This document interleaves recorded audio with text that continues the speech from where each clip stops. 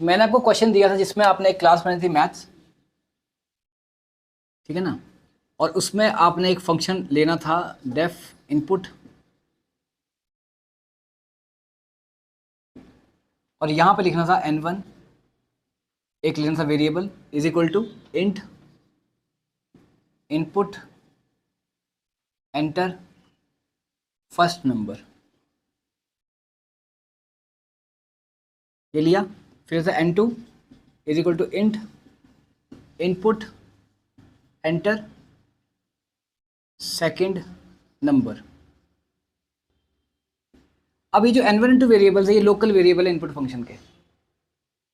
तो अगर ऐसा लिखना चाहूँगा, डिब्बे लिखूंगा डेफ सम करना चाहूँगा, सम किसका करना है हमें, इन दो वैल्यूज़ का। तो अगर मैं लिखूंगा R E S is equal to n1 plus n2, तो वो तो लिखा नहीं जाएगा, बोलेगा भाई n1 n2 तो अनडिफाइंड है। क्या आपने, तो क्या करना पड़ेगा मुझे यहाँ पर सेल्फ डॉट इन, और आप यहाँ पे नहीं लगाते हैं अगर, और यहाँ पे लिख देते हैं self dot n1 plus self dot n2।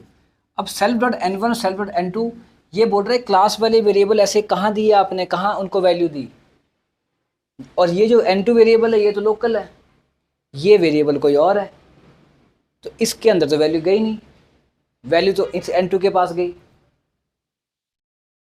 तो आप इसके आगे क्या लगाओगे, यहाँ पे भी सेल्फ डॉट n1 और सेल्फ डॉट n2 ये लिखेंगे, और फिर अब ठीक है कहता, अब आर ई एस क्या है, लोकल वेरिएबल है किसका, सम फंक्शन का, और इसका जो रिजल्ट डिस्प्ले करना है वो भी इसी फंक्शन के अंदर ही कर देना है हमने यहाँ पर। तो ठीक है, यहाँ पे सिंपल लिख दिया आर ई एस, इसमें सेल्फ लगाने की जरूरत नहीं है, क्योंकि इस आर ई एस को मैंने इस फंक्शन के बाहर यूज नहीं करना है।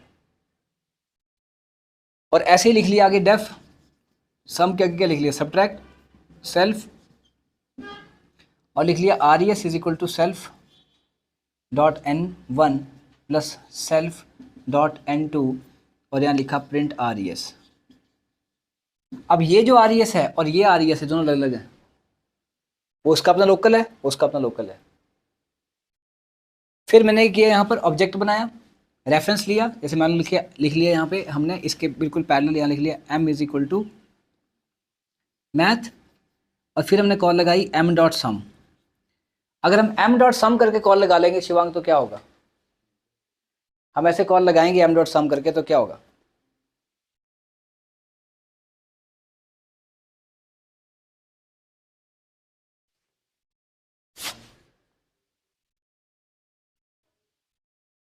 ये प्ले हुआ पोज हुआ, हाँ तो किसका करेगा सम, इस करके यहाँ पे पहले किसको कॉल करना है, इनपुट को,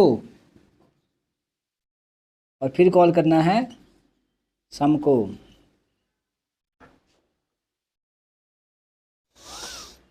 और फिर सब्ट्रैक्शन को भी कॉल लगा सकते हैं आप।